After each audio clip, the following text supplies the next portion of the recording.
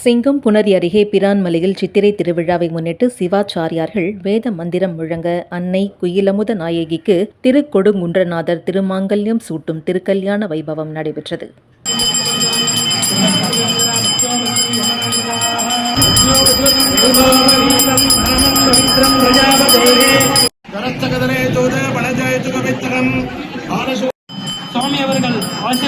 சிவகங்கை மாவட்டம் சிங்கம்புணரி அருகே பிரான்மலை திருக்கொடுங்குன்றநாதர் கோவில் உள்ளது.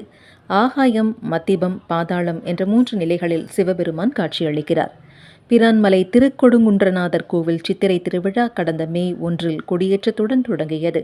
திருவிழாவில் முக்கிய நிகழ்வாக இன்று 5ஆம் நாள் திருக்கல்யாண வைபவம் நடைபெற்றது. முன்னதாக சுவாமி கோவிலை வலம் வந்து கோவில் உட்புறம் உள்ள 12 கால் கல் மண்டபத்தில் வைக்கப்பட்டு சிறப்பு பூஜை நடைபெற்றது.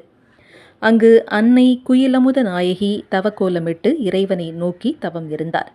அங்கு பிரியாவிடை உடனான திருக்கொடுங்குன்றநாதர் எழுந்தருளி அருள் புரிந்து மாலை மாற்றும் வைபவம் நடைபெற்றது. அதனைத் தொடர்ந்து சிவாச்சாரியார்கள் முன்னிலையில் வேத மந்திரங்கள் முழங்க அன்னை குயிலமுத நாயகிக்கு திருக்கொடுங்குன்றநாதர் திருமாங்கல்யம் சூட்டும் திருக்கல்யாண வைபவம் நடைபெற்றது. விழாவில் சுமார் 1000க்கும் மேற்பட்ட பக்தர்கள் கலந்து கொண்டு சுவாமி தரிசனம் செய்தனர்.